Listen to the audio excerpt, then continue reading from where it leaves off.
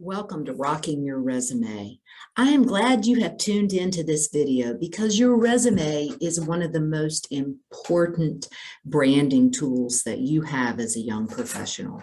You will need a resume for everything you apply for. It is the resume that gets you the interview. So at the end of this brief video, you'll have an opportunity to download one of our suggested templates if you haven't already done so. So let's get started. What is a resume? It is not a legal document. It's a sales tool marketing you. And guess what? It has to sell you in under 30 seconds. It's going to be a summary of your education, experience, skills, and accomplishments. And it's tailored to the specific job and skill set. So read the job posting and use the same words. You may have a master resume that is more than one page somewhere on your computer, but you pull from it for the things that you apply for. So let's take a look at this. This is sort of a typical Wake Forest template resume. And this one I created for a freshman or a sophomore. You'll see that the high school is on here. Basically, the sections are the contact information up here at the top, education, professional experience, leadership experience, and additional proficiencies and achievements. Everything is in reverse chronological order within these sections.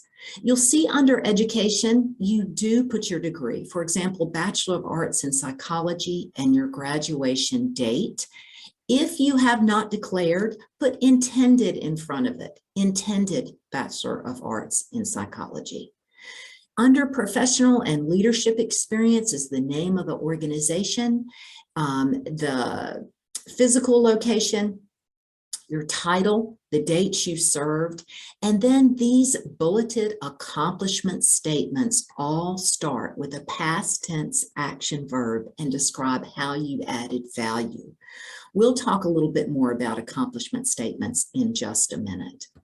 Down at the bottom, the skills, our additional proficiencies and achievements. This is where you'll list technical skills, foreign language, certifications, and awards. So here's some resume essentials. One page, as I said, no periods after those accomplishment statements. You will work on your resume as a Word doc, but save it with your last name, your first name, and a PDF before you upload it when you're applying for things. Be sure there are no typos. And again, read the job description so you can tailor it for the position that you're interested in. So let's talk a minute about why you tailor your resume. When you apply for things online, there's a very good chance that your resume is going to be scanned first by a computer.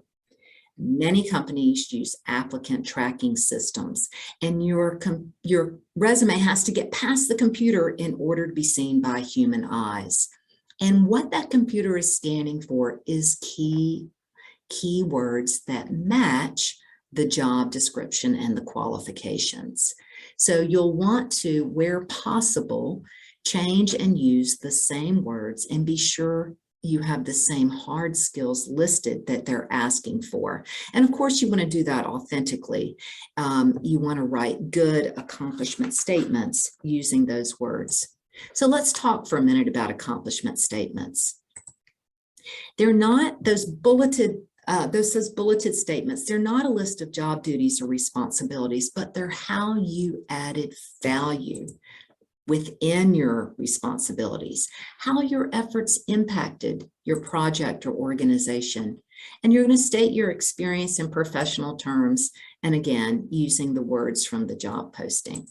One way to conceptualize accomplishment statements is to think of them in terms of the action you took, the project, and then the result.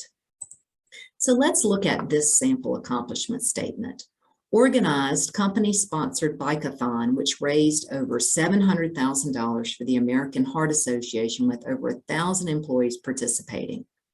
The action, organized. The project was the bike-a-thon. And then the result was the dollars raised and how many employees participated. That's a good way to think about your own accomplishment statements. So let's look at this example that a lot of our students are familiar with, a Hit the Bricks volunteer. This is one that I consider weak. It could be a first pass, and it goes like this: planned and implemented Hit the Bricks fundraising event.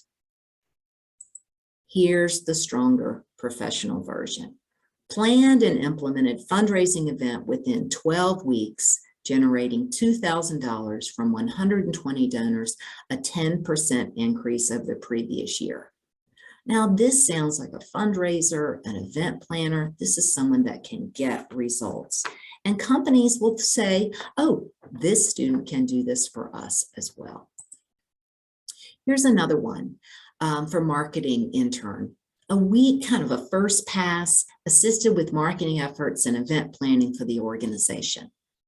Now look at these strong accomplishment statements.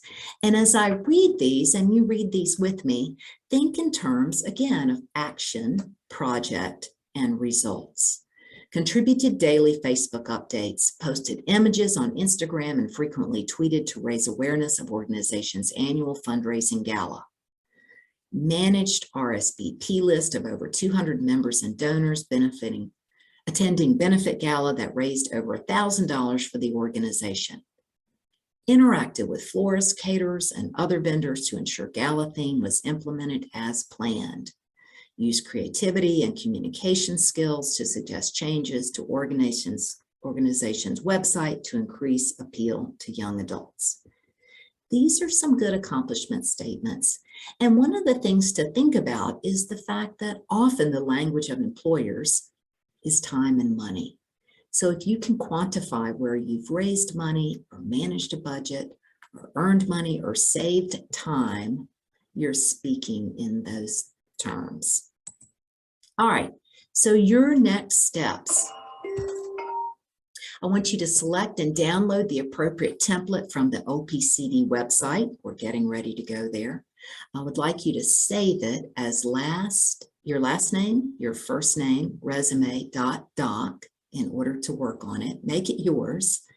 And then build your resume with experiences related to the kind of internship or job you're seeking. I invite you to have it reviewed by a professional. Make an appointment with a career coach through Handshake or through the OPCD website. Let's go quickly to the OPCD website. Here we are, Office of Personal and Career Development. This website is deep and wide. Our resume resources are right here under Landed. You'll also see cover letter resources. If you click on resume, you'll find all kinds of opportunities to review what we've talked about. Here's some sample accomplishment statements, even a list of action verbs.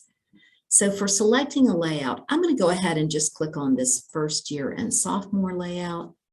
Find the one appropriate for you.